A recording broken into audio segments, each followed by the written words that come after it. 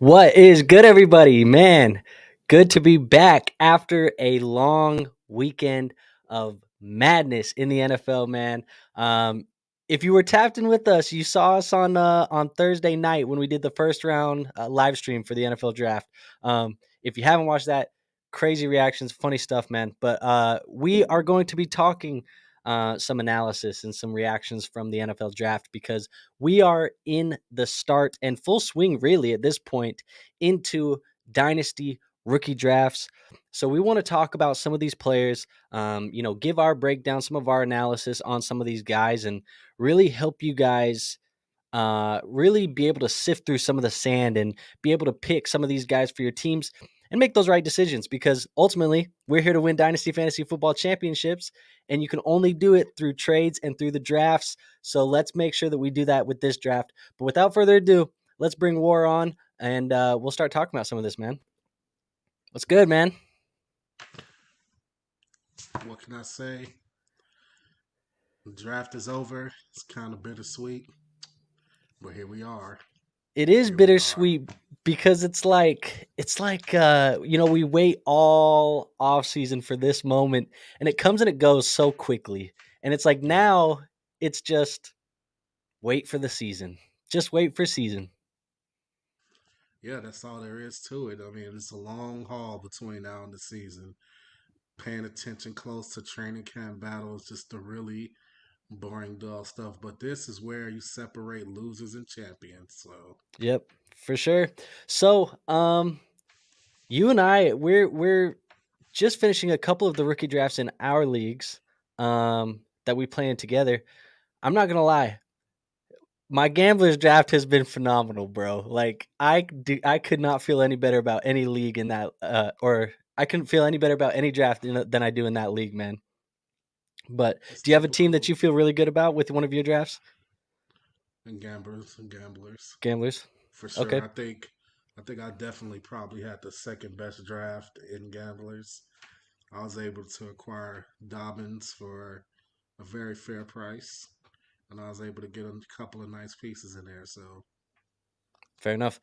All right, well, I do want to talk. I just kind of want to talk about each positional group, um, and for the first time ever, I am going to be publishing, showing my official Dynasty rookie rankings. So I'll be pulling these up. You'll see the rankings. Everybody will see the rankings, but we can talk about some of the landing spots, some of the things, and if you disagree with some of my rankings, please feel free to tell me, and we'll just kind of discuss from there. But let me share this screen and we'll bring it up. Um, if you're a member of the Discord, I did put these rankings in there. I put my film rankings in there on Thursday before the NFL draft, and then I put my hold on, I can't.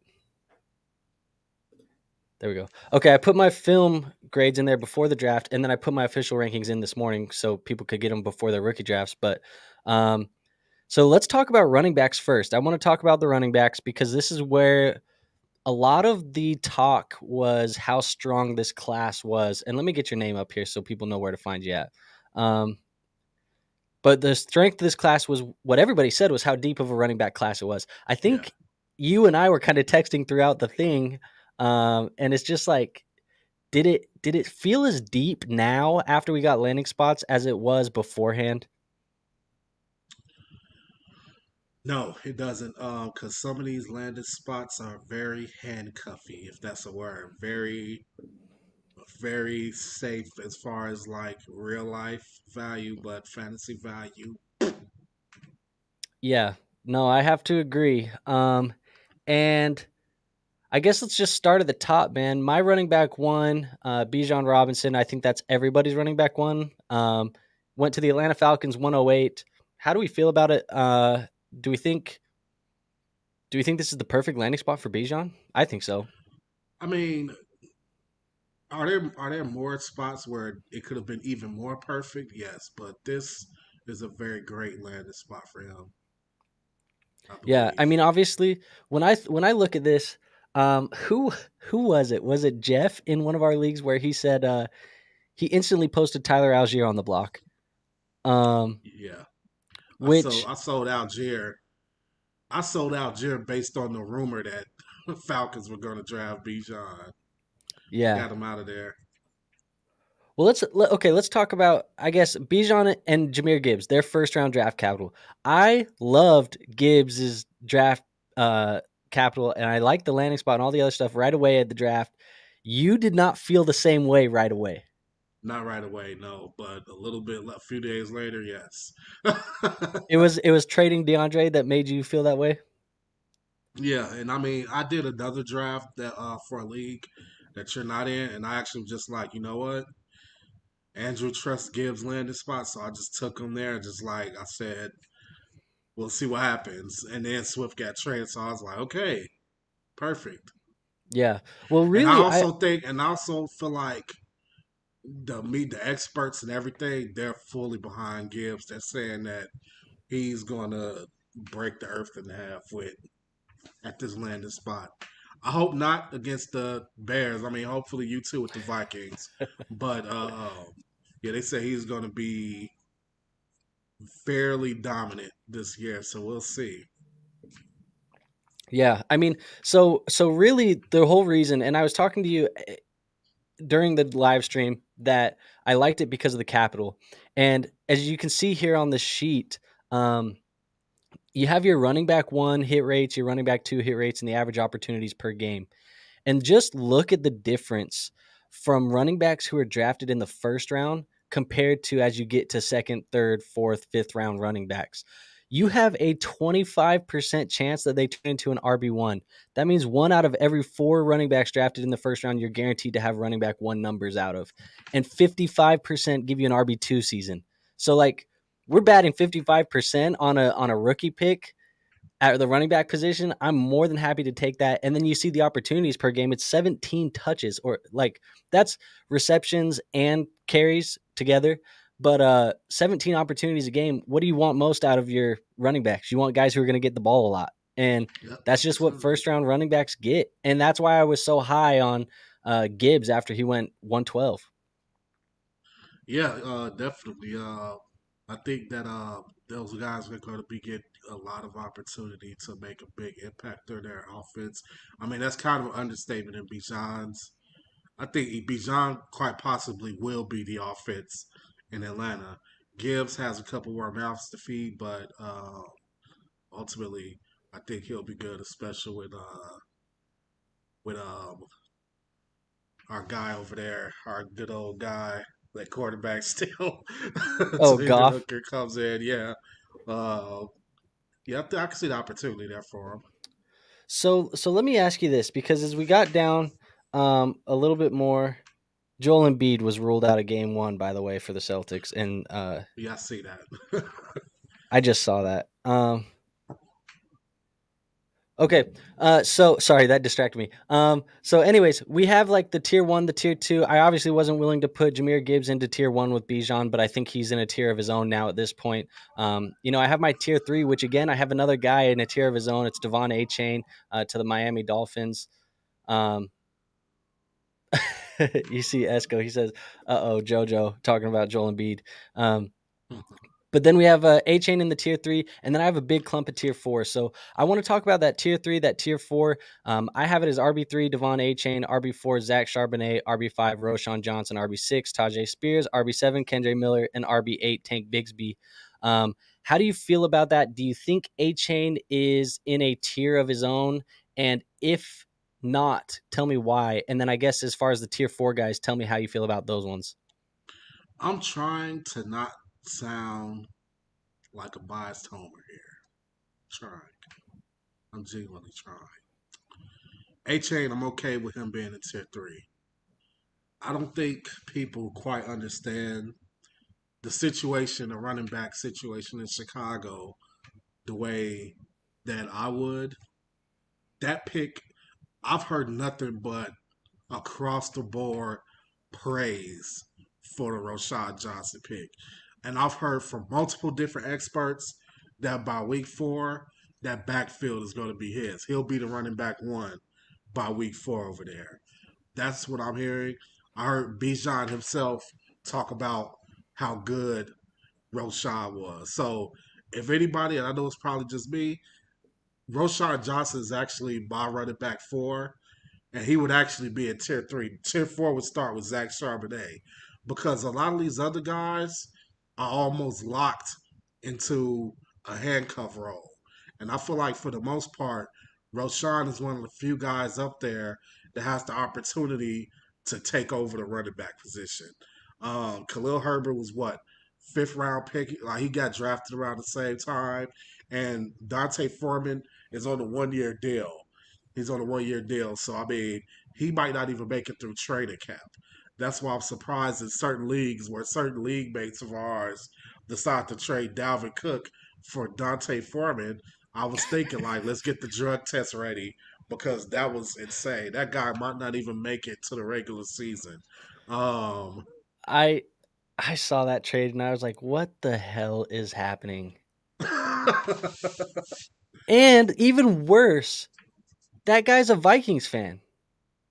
yeah, yeah, yeah, He's smoking a little bit too much on that Alexander Madison yeah. pack. See, and just to talk about that for like 1 second again, like at the beginning of the offseason, I had many Khalil Herbert shares. But I had a feeling this was going to happen. I had a feeling that the Bears were going to find some running back, just like they did with Herbert in the later rounds. And this guy, I'm hearing, would have been a second round pick had it not been for Bijan. So I don't know, man. Zach Charbonnet locked into a backfield with a stud. Who knows with how many carries he'll get. Tajay Spears, he has to wait for Derrick Henry to get injured. Kendre Miller, he has two running backs ahead of him. Take Bigsby has a chance. Only because he represents a different style of running back than Travis Etienne. So I mean Yeah. those are my thoughts on tier four. But yes, I agree. Devon A Chain. I feel like just like with Roshan Johnson, that backfield is available for the taking. Yeah. I feel that way too. I think really, I mean, obviously A Chain, I had him up there because if you look over on the right side where I had my average film grade, I just had the film of A Chain so much higher than I had the film of Roshan. Yeah. Um, that's just why he got a tier of his own. I like the tape more. And then the draft capital, obviously, he went in the third round rather than the fourth round, which does kind of bump up those hit rates. You get a 6 and a 12% chance and about 10 Mm-hmm. opportunities per game at that point. But that's kind of why I bumped him up into that tier. However, I do agree with you when you're saying that Roshan Johnson, of those guys in that tier four, he kind of has the clearest pathway to carries week one of this NFL season. Um, because the rest of the guys, like you said, they're either going to be backups to a starter or they're going to be in timeshares with a starter. Um, Mm-hmm. and I say timeshares with the starter because I think that, and I kind of want your opinion on this one too, because I think that Charbonnet was drafted to be in a timeshare with Walker.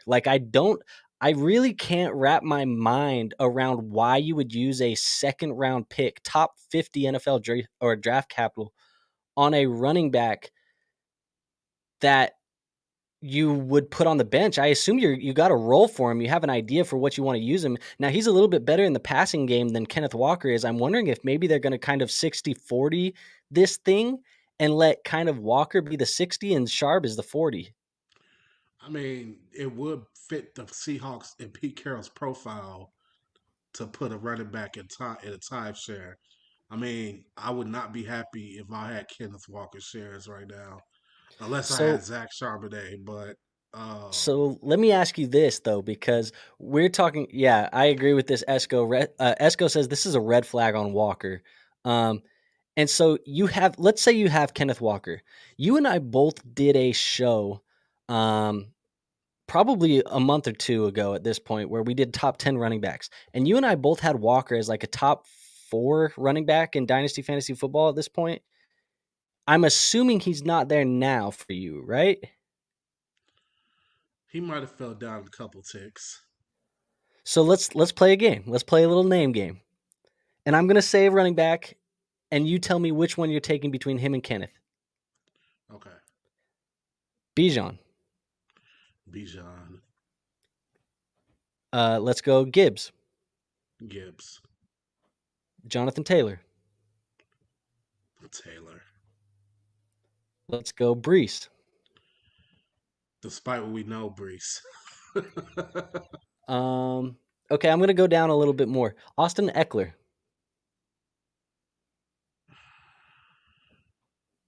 That's tough. That's really tough. Kenneth Walker. Josh Jacobs. Kenneth Walker. You know how I feel about Jacobs. Let's say I'm trying to think of one more that's kind of in between those. Let's say maybe Javante. It's like deadlocked. Deadlocked. If somebody, I have Javante in the league right now. If someone traded me, offered me Kenneth Walker for Javante, I would not feel comfortable with that deal unless they were trading me Charbonnet too, and asked me for P Ryan along with Javante. So I feel like it's a very similar situation there. Okay. ETN. I'll take Kenneth Walker over ETN. Let's say man. See, that's what I'm saying is we bumped him down. You've got to bump him down a little bit. Um, Mm-hmm. to me, I feel like you get to a point. Our looks sounds like our draft just ended. You get. Oh, you guys can see that. I guess you can see this draft. Whatever.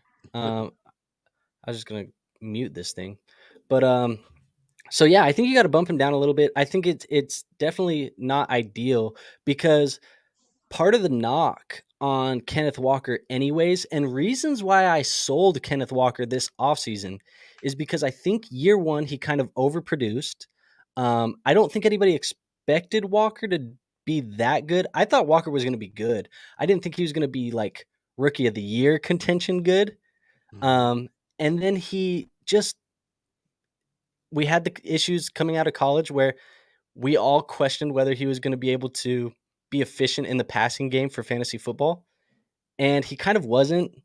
And now you add another guy who's better in the passing game, got day two draft capital, and maybe is better in the red zone. I would say almost. I would confidently say he's better, but I know some people would debate it in the red zone. And so I'm like, is Walker going to end up giving up some of the passing work that was already minimal at this point? Is he going to give up some red zone carries and some end zone touches? And at that point, it's like it hurts both of them so much that, like you said, Charbonnet becomes somebody that we were super excited about, and now nobody cares about because he kind of becomes a handcuff at this point, and you're just waiting for a Kenneth Walker injury, or you're the Kenneth Walker owner just drafting Charbonnet to try and save this Titanic of a wreck that's happened, and then it just feels so messy. It sucks because it's not very often we get these really young running backs that are just like elite from day one, and we got one and still got a guy added to the backfield even when we thought he was safe. It just feels like these running backs are now even more so. Even if you're young, even if you were almost rookie of the year, like you're not safe. Yeah, I mean, no, you're not. Not when you're a running back. You're not. It just I don't know, man. So it is Bijan, you know what? I'll say this though. Bijan and Gibbs, because of where they were taken, I could see them as pretty safe. yeah, because Kenneth wasn't a first round draft pick. Yeah. So, I mean, I don't know, man. It just gets to a point where it's like, do you just wait for these running backs to have a really good season and then you sell for whatever you can get right away? Like, are you just flipping them every year in and out of the lineup? Depends on the situation. Depends on the team. If your running back is on the team like the Patriots or the Seahawks or something like that, then yeah, you should probably get them out of there. Like you just have to kind of just look at teams that don't use committees. Like for example, the Saints, they are prone to use committee. They like using the committee approach. Yeah. And I'm still just looking at tier four Tennessee. They don't necessarily like the committee approach, but they might be going there now because of him to keep the wear and tear down on Henry. Um, The Jags have used it. Jacksonville, they've used it. Honestly, the Bears have never had a real committee approach, it's kind of been more like, if anything, 70-30. Mm-hmm. Like, it's just that David Montgomery just wasn't getting the job done. Yeah. So Herbert was in there and flashing more. So I mean, and even and we know, the Dolphins, their coach is Mike McDaniel, so they're Yeah. more than likely they're going to use Jeff Wilson, Mostert, and A Chain. They're going to use all three. Well, I don't even project A Chain to be a like 15-20 carry back anyways. Like I think really his game is like he's gonna get anywhere between 8 and 12 carries a game. And maybe not even carries. Let's just call them opportunities because I think he'll catch some passes out of the backfield. But I think he's just explosive as hell. And he plays in an offense where you kind of can't afford to stack the box because you have Waddle and Tyreek on both sides of the field. And Mm-hmm. it's just, I think he's going to get a lot of big plays. So he's going to be more of a big play guy. He might be a little inconsistent because of that, but I think for the most part, that's where he's going to be. But I want to come down a little bit because I think Bigsby is going to be used kind of in a James Robinson role that we saw because Mm-hmm. they ended up trading J Rob. And then I think they kind of wish that they hadn't. And now they go and add Bigsby and they get their guy back. But they got some fresh legs and obviously not a torn Achilles at this point. Um, Yeah. and then, we get to tier 5 and tier 6. I'm not even going to have us talk about tier 7. I feel like it's unimportant at this point. None of these guys are getting drafted in our rookie drafts anyways. But tier Yeah. 5 and tier 6, you and I kind of had talked and hinted and talked about Izzy Abanikanda multiple times, but Izzy gets picked in the 5th round. He gets to back up Brees Hall. So it kind of killed his value for me in that point. I think some of the interesting guys in tier 5 are Chase Brown with the Bengals, obviously, because we have some uncertainty with Joe Mixon long term there. So he's interesting. I also think that with Samaje Perine gone, Brown should at least get the Pirine role right away, which we know was kind of valuable at least because if Mixon Yeah. does miss games, Pirine was valuable. So I think that that's interesting. I do think that Zach Evans, as much as I'm not a big fan of Zach Evans, and he did get like late 6th round draft capital, um, Zach Evans, he showed enough as a freshman. I'm just maybe he can get it under wraps. And I think maybe this is more of me like not being a fan of what Cam Akers brings to the table. Yeah. I feel like that backfield is completely open. Kyrie Williams, Cam Akers. Somebody's going to be valuable there, and we just don't know who it is. I don't mind shooting Zach Evans there just to see if it is him, because I don't think that the Rams are committed to anybody as a running back right now. And then I think, like you said, Eric Gray, he's the cleared handcuff now to Saquon. I did like the tape for Eric Gray, so it's unfortunate that he kind of went down there because I had him, Mm-hmm. fairly high. I had him almost as much as I liked, Kendra Miller and Tank Bigsby's tape.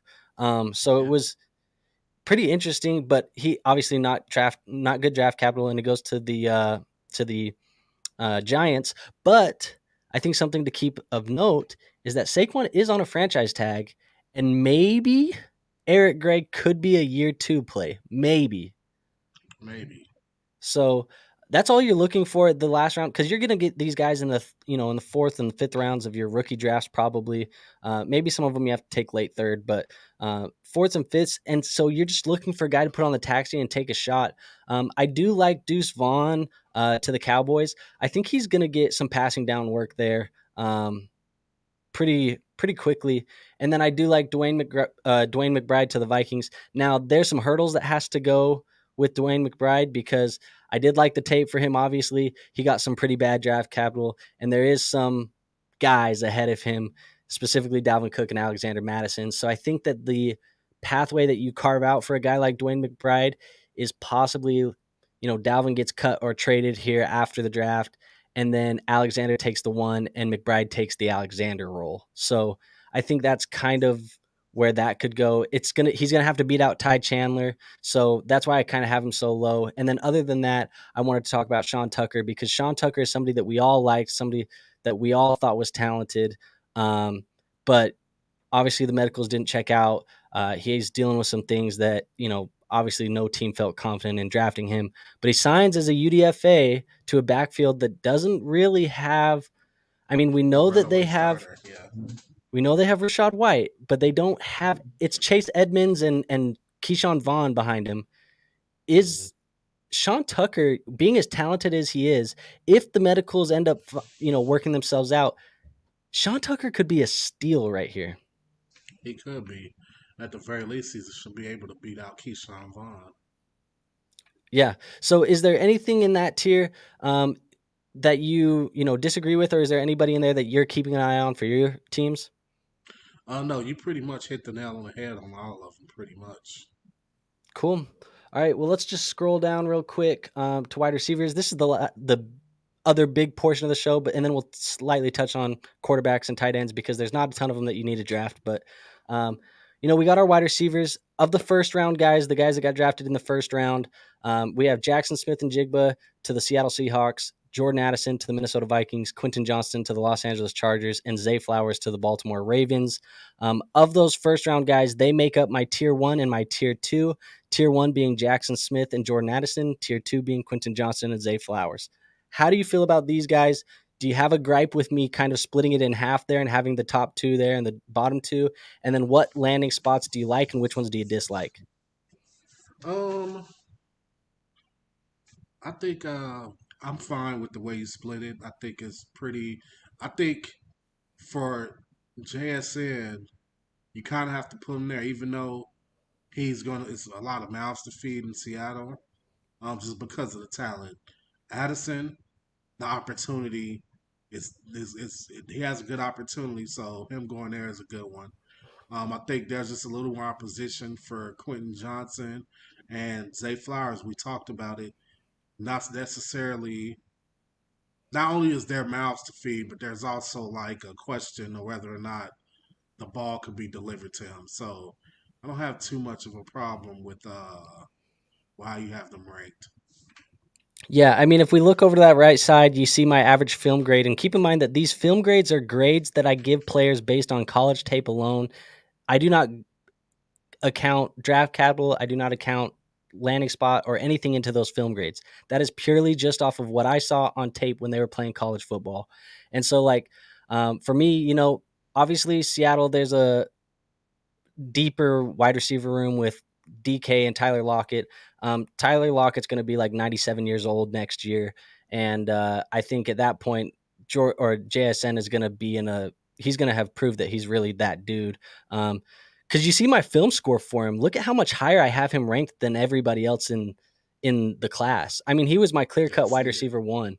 Um, and then unfortunately, just on the opposite side, you see that I had Zay Flowers as my second graded wide receiver in the class. I thought he was phenomenal, but just like you said with the landing spot, it it does give him a little bit of a bump down, not too much. I mean, he just went from, second in film score to like fourth ranked wide receiver. So it's not really that crazy of a bump, but yeah, man, that's kind of the way that I saw it. You see the hit rates there for your first round wide receivers, 5% chance of hitting a wide receiver one, almost a 20% chance of being wide receiver two, and they get about 6 targets a game rookie year. So that's kind of the way that that's going. As we get into that tier three, I did get a little bit bigger of a cluster.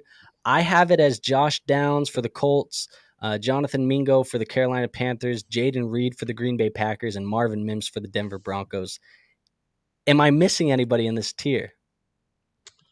You know what? I kind of feel like the tiers for the wide receivers are a lot more clear cut than the tiers for the running backs. Because I don't really have any issue with where you have any of these guys ranked.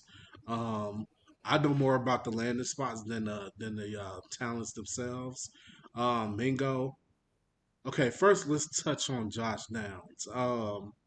I see a lot of people moving Michael Pittman this offseason. So I don't know if that's like people are down on Pittman or what the deal is there, or if it's just like people don't believe in the passing abilities of Anthony Richardson. But that's something to keep in mind with Josh Downs. Mingo, obviously, you like the landing spot. I feel like there's no clear cut wide receiver one in Carolina. We got Adam Thielen, we got DJ Shark, we got Terrace Marshall, which I don't know how that's going to even play out. I mean, I can see Shark, LaVisca. Lavisca. I can see the former Jags getting cut. Um, I think the only lock out of those guys, besides the Rooks, are probably Terrence Marshall and Thielen. Um, let's see. And of these guys, keep in mind Mingo was the first off the board. The Panthers went and drafted him. They picked him over all of these other guys in this tier. Yeah, yeah. So I mean, you got to believe in that type of draft capital. Um, Jaden Reed, Jaden Reed, and Mims. I mean, they could have been in tier four. Um, Don't Green, disrespect my guy Jaden Reed, man. Did you see my messages last night about Jaden Reed? nah, man. I'm just gonna disrespect him, man, because for Oh, one, he's a Packer. For two, now you got Dobbs, Watson, and Jaden Reed, and Luke Musgrave, and Tucker Croft.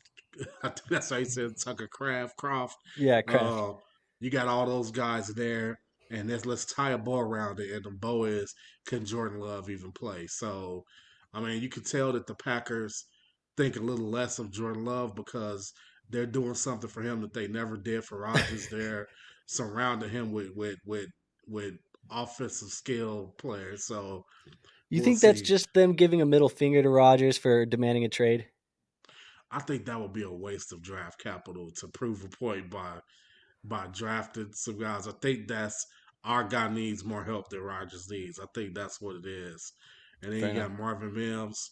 He's a Bronco. We don't know if Russell Wilson can play anymore.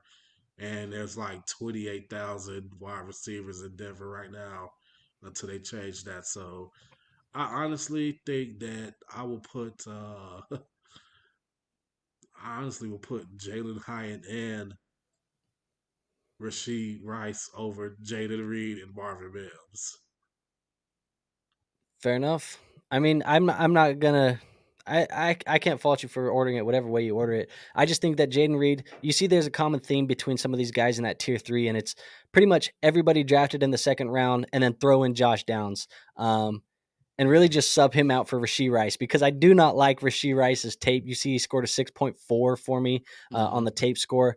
I just don't like him as a prospect, but he got a bump over guys like Tillman and Dell, just a small bump because he's going to be ending up playing with a guy like Patty Mahomes. And, ultimately that's going to kind of transition us into that tier four where we talk about these guys, Nathaniel Dell, Jalen Hyatt, and then even that tier five where it's Michael Wilson, Tyler Scott, and Kayshon Boutte. And this is really your third and fourth round wide receivers. Kayshawn, I threw him in there as a 6th round wide receiver because I've seen elite talent out of him once in my life. Maybe the fact that he goes to the Patriots and there really is nobody established there.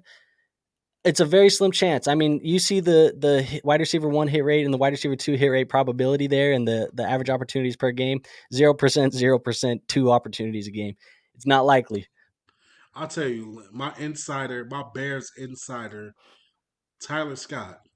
Yes, There is, there is. Okay, first of all, you're the tape guy. After he got drafted, obviously, I looked at some tape. He jumps off the screen. It was bro. almost Look like at my score. I Look at my don't know if he scores. was Tyler Scott or Tyler Lockett. Like, I didn't know which one of those guys he Yep. was. But the fact that they have him on the team, Velus Jones is in danger of getting cut. Darnell Mooney and Chase Claypool are free agents after this season. I think there's a path there for him to at least be the second or third receiver after DJ Moore. I agree. And I would go even as far enough to say that I like Tyler Scott enough to think that maybe if you guys decide that you don't want to pay Mooney for a second contract, this is Mooney's replacement. I agree. And you see, I have the tape up here. I had him Yeah. 6.7, which is as good as Jalen Hyatt. It's better than Cedric Tillman. It's almost as good as Jonathan Mingo. Like I had him up there with those guys. For whatever reason, he kind of fell to the 4th round in the back end of the 4th round, but I think it was a good Mm-hmm. pick by you guys. And when you did it, I was like, man, he's going to be kind of a steal in rookie drafts. But at the end of the day, when it comes I to could make the dynasty fantasy, argument. I could make the argument that as a Bears fan, Roshan Johnson and Tyler Scott were the best two draft picks of their draft of the Bears drafts, of the Bears draft. Yeah, yeah, yeah, no, I mean I agree, and but ultimately, we do got to look at the draft capital because we cannot put that out of reach because at the end of the day, that's what these NFL scouts evaluated on. And we do have data that backs up, that the higher you're picked, the higher probability chance you have of being a fantasy superstar. And so we do That's have true. exceptions. We have That's exceptions. true. But you got to look at the fact that Darnell Mooney was a fifth round pick. Tyler Scott was a fourth round pick. So, Yep. and not only that, Mooney was a fifth round pick for an old regime. So I Yep. think it's very well in play what you said for him replacing him. Yep. So there is exceptions. Now some guys that I would definitely be taking flyers on, and maybe you can get them as UDFAs after your rookie draft or something, and throw them on a taxi squad. Uh, but Charlie Jones is interesting. I think eventually he could end up being the slot guy for the Bengals. Puka Nakua, he's going to be decent for the Rams, I think. There is it just gives me kind of like Robert Woods vibes with Puka Nakua in Los Angeles.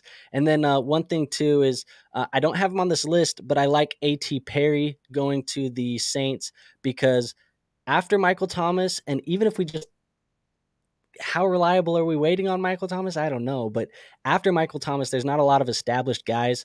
Do A.T. not Perry. hate, do not overlook Rashid Shaheed.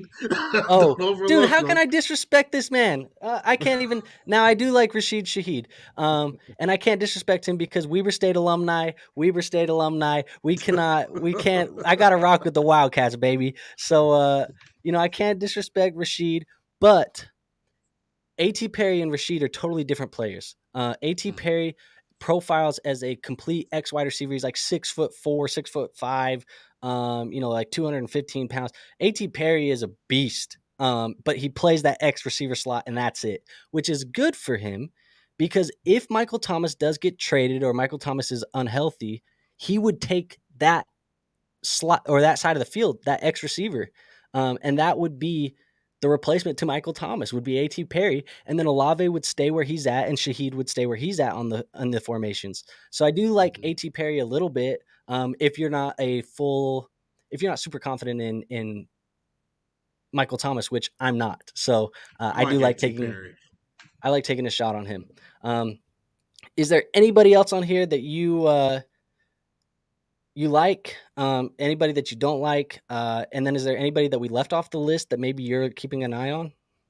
I would just say all these guys, even the tier seven guys. Okay, I'm not. I lied. Not all these guys. All these guys except Keyshawn Booty. Booty. He, all those guys have an opportunity. If they go into camp as just straight dogs and just put on the show, they all have a chance to take significant spots. Like Jacksonville, who are we talking about? The top guy there is what? Calvin. Christian. What'd you say? Calvin Ridley. I forget about Calvin Ridley. Calvin Okay, Ridley, Christian so Kirk. but even with Calvin Ridley, I know what he said. I know he said he's about to set the world on fire, but he was out for a year, so these guys who've been out for a year, they're not faring too well lately. So I mean, we'll Yep. see. The opportunities there for Parker Washington, Tampa Bay. There's less. That's probably a pretty ominous, but who knows? Tampa Bay might decide to go full youth movement at some point soon.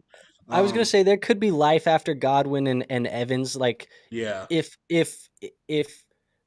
the Buccaneers decide that post Brady this just isn't working and we need to blow it up, Evans and Godwin. I mean, yeah, Evans and Godwin's they could be out the door, man. yeah. Xavier Hutchinson. I feel like that wide receiver room is wide open. Like if Wide open. somebody comes into summer and connects with Stroud and just put on the show, that they could be the wide receiver one there. Puka Nakua, like you got Cup there, but like what else do you have besides Cup? They And Cup got rid hasn't of been A healthy. Rob. They got rid of Yeah, A Rob. It's Van Jefferson and then like a whole bunch of nobody else's. So yeah. So I mean, there's a lot like all these guys, include A.T. Perry, should be on the roster at some point. And yeah, fair enough. I mean, at the end of the day, man, this is just I do have this over here to the side. I won't show it fully, but that kind of shows you guys' height, weight, breakout ages, and like how that profiles to like NFL success. The green obviously being good, the red being bad. I was going to bring up Nathaniel Dell because he's just small and light, but he got third round draft capital, and he goes to that Houston Texans offense, like you said, where if somebody shows something, they could be the one right away. So keep an eye Yeah. on Nathaniel Dell, but he's just a it's Mighty Mouse, man. That's really who he is. It reminds me a lot of Rondale Moore, or a couple years back. Hmm. Um, but let's talk QBs because there's not as many to talk about, and then we'll talk tight ends and we'll get out of here. But tier one, man, I have three guys in it, and it's the three guys who went top four. It's Anthony Richardson, Bryce Young, and CJ Stroud. Those are the guys that I have up there. You see that the QB1 hit rate is about 25%, which is fantastic for you because that QB1 is a top 12 guy. Um, Yeah. so these guys are going to be there right away. And then I guess I'll get into, we could talk tier two and tier three right away too, because I think they're clear cut. It's Levis two, getting that second round, second pick draft capital, and then Hendon Hooker number three. So, of those five guys, would you have them in the same order? Would you switch your order? Um, how would you? I mean, what do you have to say about this tier or these three tiers? That order is fine. And Are you going to call I me don't out know, on man. something? No, I'm not. I'm just looking and I thought you were going to I'm call me out seeing. on the Bryce Young not being QB1. No, I'm not gonna call you out on that. I'm team Anthony Richardson at this point. Like, yeah. I mean, I took Anthony Richardson before Bryce Young in one of my drafts, and I'll do it in the other drafts too.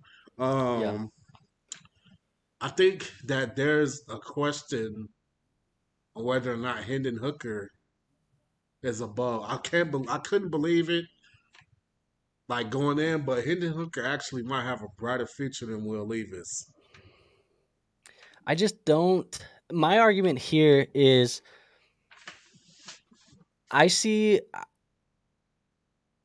I think, well, for one, I think Jared Goff is better than Ryan Tannehill. I think he's a better quarterback than Ryan Tannehill. Yeah, he Um, is.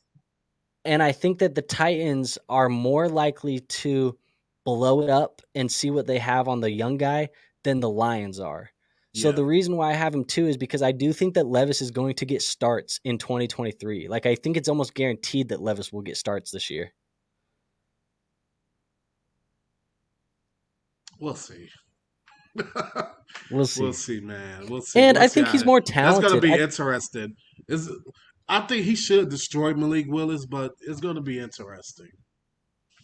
Yeah, I don't think it says a lot about how confident a team is in you when they draft you and after a year they're looking for your replacement. Yeah, okay, you're And they saw right. like what? They only saw 2 or 3 games and they were like, "Yeah, this guy ain't it, man. We're getting rid of his ass." Yeah, you're right. Yeah, I mean you So, can't you can't really yeah.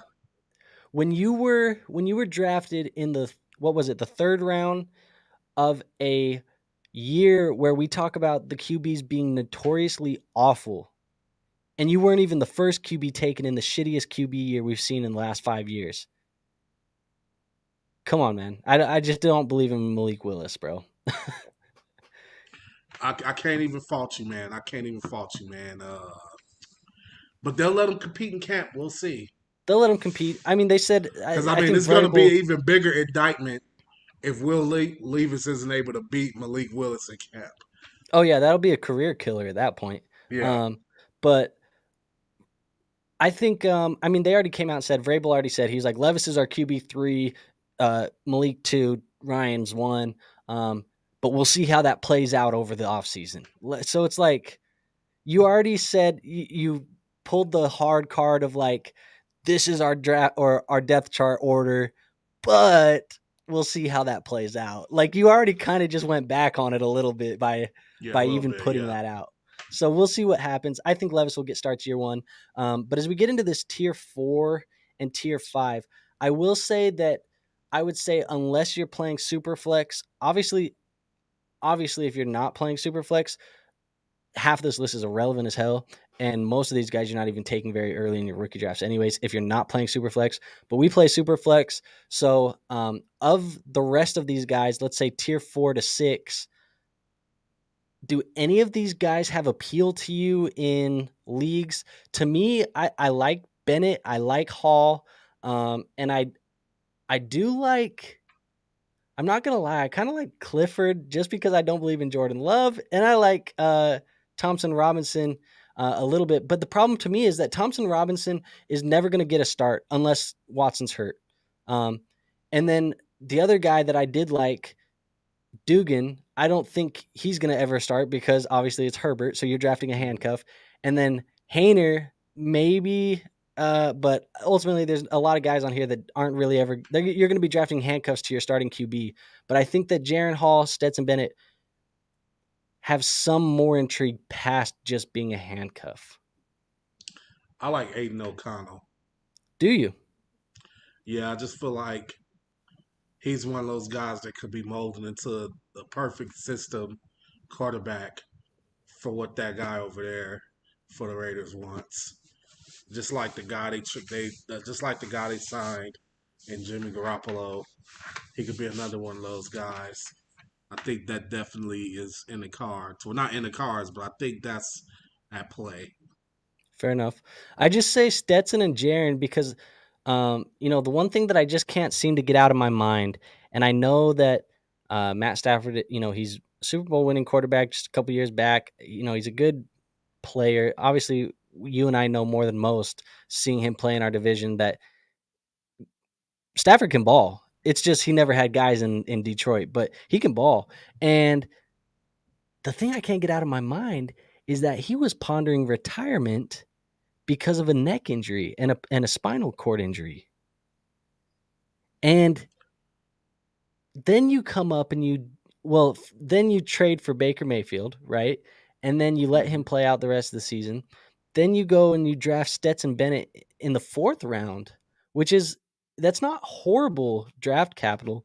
I mean, it's it's about where it's a little bit less than where Malik Willis was last year, and we were just talking about him. So like Stetson Bennett is somewhat intriguing, and I think just the fact that Stetson Bennett has been so good for Georgia in the past, like he has a resume that's kind of hard not to look at. Um, so he intrigued me a tiny bit there. And then Jaron Hall, obviously, with Kwesi and Kevin O'Connell saying that they're not willing to commit to Kirk Cousins after next year. I'm wondering what the Jaron Hall pick means. Probably nothing, but there's enough question in there as a Vikings fan to think like, would they maybe roll with this guy for a year? I don't know. Only time will tell. Only I time will hope I tell. hope not because I don't want to lose games. But there's enough in there. And then Sean Clifford, I think he sucks, but if Jordan Love sucks, They then were why saying that not? that guy shouldn't have even had been drafted. Yeah, man. I think they said Daniel Jeremiah ranked like 200 players and Sean Clifford was 200 out of 200. Yeah, that's not good, man. Yeah, so we'll see. Um, And then last but not least, man, because we are slowly approaching that hour mark, we have our tight ends, and the tight ends are good in this class. I kind of have, let's see, I have 7 tight ends in my top 3 tiers. I do have something that's probably going to offend some people, but I do have Michael Mayer still as tight end 1 in this class, and I have Dalton Kincaid in tier 1 with him. Um, I just think Mayer's that good of a prospect. I like Kincaid, and I don't think you can go wrong with either of these guys. And then tier 2, I have Sam Laporta and Luke Musgrave. How do you feel about these 4 guys in those 2 tiers? I think the key word of the day for those four guys is opportunity. All three of them should be the starting tight end for their respective teams. Mr. Panda says big tight end class, and yes, Mayer is the man. Yeah, he's the I mayor of think the you, town. I think you have it broken down perfectly, actually, because Darnell Washington he isn't overtaking Frybooth, not this year. No, Tucker Craft, I think Tucker Craft will get an honest shot at seeing if he can unseat Musgrave. We'll see. yeah, And I think Shoemaker will get a shot at seeing if he can unseat Ferguson. yep, I don't know yeah. about Hendon shot. I don't think he'll even factor in. I think it's a 2-man race. And I will say that for your dynasty drafts, like after those 7 guys, I really could care less about drafting any of the others. Yeah. So like I have those top 3 tiers. Obviously, we play in tight end premium. Um, the hit rates for these tight ends are just a little bit better than most. So as you get into these later rounds, it actually is smarter analytically and statistically to draft tight ends because they have a higher hit rate. Because you see guys like Tucker Kraft and Darnell Washington who are third round picks that we're getting in fourth and fifth rounds, maybe even third rounds, but fourth and Mhm. fifth rounds of our rookie drafts, and they have 14% chance at hitting a top 10 season. So like it's just a little bit crazier how good of the hit rate is for tight end, but I think it's because the tight end position is so wishy-washy every year. There's always new guys at the bottom of that top 10. So I don't mind it. But again, I think it's a clear like 4, and I think the top 2 is Mayer and Kincaid with Laporta and Musgrave behind them. They got crazy draft capital. I think they're all talented after the catch. They're all good receivers. Mayer is overall the best tight end in the class, just all around. I think it's going to be pretty damn hard for them to get him off the field ever because he's good at blocking, he's good at receiving, he's really all that stuff. But for me, man, I think I would consider taking Laporta and Musgrave and Kincaid, all 4 of those guys. I would consider taking all of them within the top 25 players in my drafts. Like, I just think that they're that talented and they're going to get that much opportunity. So that's really why I have them all in those top 2 tiers. Do you have anything to say? Let's not even talk about. Is there anybody in the 4 through 6 tiers that you think I'm disrespecting, or you think that's fine?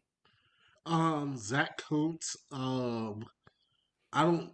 It's not that I think you're disrespecting him. He probably should be down there, and he was a seventh round pick. But I would say that. Shut up, Brett. I would say. I would say that he. I would say that I like the opportunity that the Jets get. Brett would be the perfect person to explain that. Like Jets tight end one is who? It's Conklin, I don't believe in Conklin. So former Minnesota Viking, baby. I know I don't believe in him. I feel like he's a placeholder. So if this guy comes in and he's good at training camp or he's good 3 years from now, which is usually when tight ends break out, then I can Yeah. see him just unseating him altogether. Yeah, I think Kuntz is a good I think he's a great taxi squad stash because you Yeah. have like 2 years of eligibility for your taxi squads. At least in our leagues you get 2 years of eligibility. So if you threw Kuntz down there for 2 years and said, "Hey, at the end of this 2 years you're either going to be the starting tight end for the Jets or you're going to be cut." Like I don't think that that's very bad of an investment to throw him down there. And in fact, I actually encourage our viewers to use that taxi squad primarily for rookie running backs that could possibly, find their way to touches after an injury or 2 year one, and then rookie tight ends because you're really just waiting for somebody to get a spike in value, and that's the tight ends and the court or the running backs are the most likely to do that. So I would suggest doing that if you were playing there.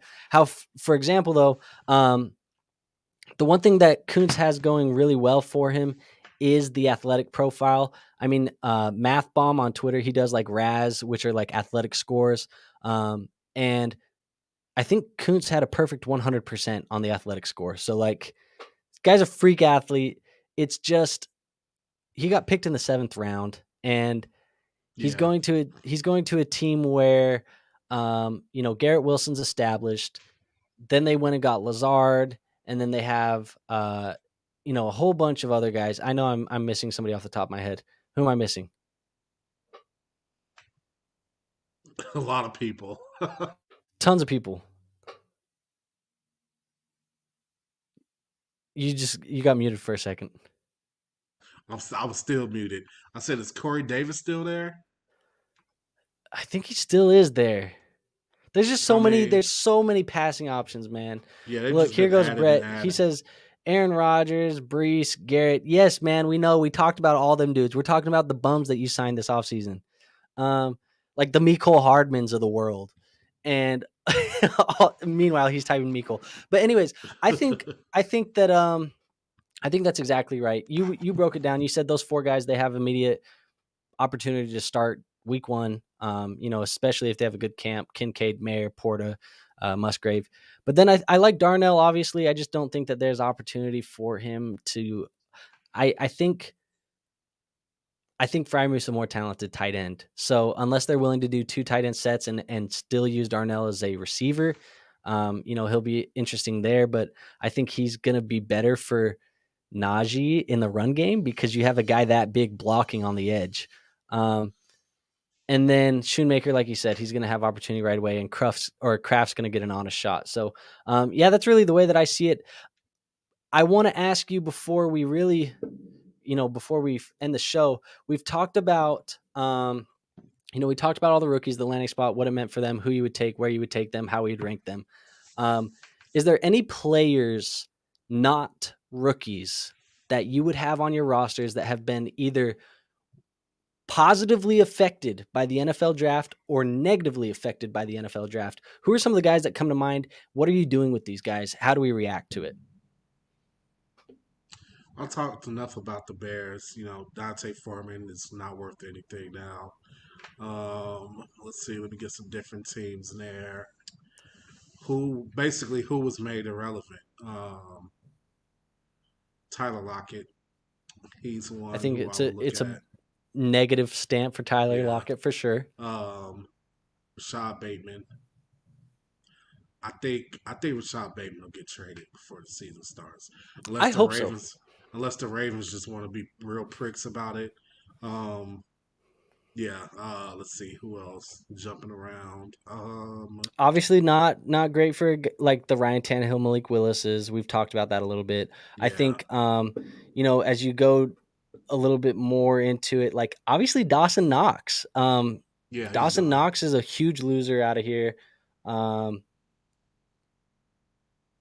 I would say too, for I'm just scrolling through looking at some of these. Um, Sorry about that. I think Romeo Dobbs maybe gets a little bit of a L because Jaden Reed comes in. It means they probably didn't love exactly everything they saw, enough to add another weapon. And then I think Marvin Mims is interesting because there have been rumors all offseason about how either maybe Jerry Jeudy would be traded or Cortland Sutton would be traded, and then they went and drafted a day or a round 2 wide receiver. Darnell It's Mooney. interesting. Um, Yep, Mooney. let's see who else. I feel like there's so many. Alvin Kamara. How do you feel about Donovan Peoples Jones because they drafted Cedric Yeah, Tillman and then yeah. traded for Elijah? Even though I Uh, think I think Peoples Jones, he's a free agent after this year. I think he'll still maintain his spot for this season. But yeah, he's probably not getting re-signed. Brett said, "Time to wake up, bro." It's 7 p.m. for me here, man. If I was waking up that late, I would off myself. Um, but no, that was take your evening medications. I'm like an old ass man out here, man. I got to remind myself to take medication, bro. Um, but I think obviously loser Kenneth Walker and Charbonnet, they lost both of them immediately. Yeah. Um, I think, Jeff Wilson. yep, Jeff Wilson, Maybe even well, Ken, most likely he'll be fine. Herbert, Khalil Herbert, Yeah, um, Miles Gaskins is still in the team. He's might as well be gone. Jermichael Hasty Um, becomes irrelevant with the Bigsby thing. Um, oh yeah, yeah. I Uh, think that might be it. Obviously, Tyler Algier, huge L. Um, I don't think. I think other than that, that's about it. Maybe you could say that the Alvin Kamara is a loser because they went and got yeah, Kendre and signed um, Jamal. Jamal. Yeah. So Kamara Um, might be a little bit of a loser here, but other than that, I think that pretty much covers it. I think as far as winners go, um, Tony Pollard, they didn't add any, super great backs in the class. So Tony Pollard's going to, it looks like this year he's kind of going to get the full workload unless they go and get a free agent. But as of right now, he's a winner out of the draft. James Conner. Ramondre, yep, James Conner. Ramondre Stevenson is a huge winner. Even though Um, I think Keontae Ingram has a chance to come in there and just swoop in and take that job from him. I think Mm-hmm. that's possible. Yep. Traylon Burks is a huge winner. They didn't go draft anybody, so it's really just Westbrook Akine and Traylon. I think I released Westbrook Akine. I'm So thinking I just kicked him out into the wild. he's a big winner. Yeah, man, I'm trying to think of other people. I think that's about it. I mean, there's so many more. It's just so many that like it's hard to think of right I think now. Sky Moore is kind of a winner because they didn't go add like a top receiver. They added a Rasheed Rice. So Mm, to me, that means Sky Moore kind of gets a shot. I think that reflects more on how much you think of Rasheed Rice because I see that as definitely like a Sky Moore should be on notice. I feel like Sterling Shepard, all those guys, Wandale Robinson, all those guys need to be on notice. Like, How do yeah, you man. think are any are Mike Williams or Keenan Allen are either of them losers with the QJ thing, or do you think that not really? I think they both take turns getting injured all the time, so I think that the opportunity will be there for Quentin Johnson throughout the season. Oh, I think a loser a little bit is probably Alec Pierce. They went and got Josh Downs, and I think for fantasy football, Alec Pierce kind of takes a hit there because I think Downs is a better player than Alec Pierce. I And mean, but I think there's still a spot for him, like as a slot receiver. Downs being in the slot, No, Pierce. Pierce. Yeah, I mean I think Downs would fit a little bit more in the slot role, but definitely I mean Pierce is going to have a role in three wide receiver sets. Yeah, So it's interesting. I think other than that, that might be it. Yeah, I think that's it, man. I don't think there's anything else out of there. As far as winners go, um, can we count Mac Jones as a winner? I mean, they didn't go get any QB, and now they've fully committed to Mac Jones as the starter this year. So he kind of dodged a bullet yeah, this offseason. yeah. This off season, we'll see what happens next off season. Yeah. Other than that, I think that's about it, though. Any final things? I guess really one thing we didn't talk about was DeAndre Swift was traded to the Eagles. I think it's crazy. It's going to be good for fantasy. That It hurts is while Penny and while that while hurts he's Kenneth on the Walker. field, Kenny Gainwell. It while hurts he's Kenny healthy. Gainwell. It Um, does. oh, here's a question to our question earlier: Kenneth Walker or DeAndre Swift? It's about the same, man. Same situation, if you ask me. Okay. Well, I thought I'd throw that one out there, but I think other than that, that might be it, man. Yeah, I don't really know what else. I guess we'll just end the show at that point. Shout out my Minnesota Vikings drafting Jordan Addison. That dude's about to be the T Higgins to the Jamar Chase. A little different of a player, but is about to be scary hours in Minnesota, baby. Uh, Brett says he got both. Hopefully, he's talking about Jordan Addison and JJ because if you had both, you're about to have hella fantasy points on your team. Kirk Cousins, winner of the NFL draft, man. Uh, all right, we'll get out of here, man. Thank you everybody for watching. We'll come up with a show for next week. We can kind of branch out now, man, because we've been talking rookies and NFL draft for seems like a month now or 2 months now, and now it's over. So now we got a whole thing of opportunity that we can talk about. So you and I can figure Yep. something out. But other than that, thank you for watching. You know what to do. Hit the like button, hit the subscribe button, share the video. Help us, get the upper hand on YouTube's algorithm because they be trying to hoe us. They be trying to hoe us. So help us out. So I will see you guys on the next video. Peace out, man. Let me hit this end button so we're not in here for hella long. Feeling awkward.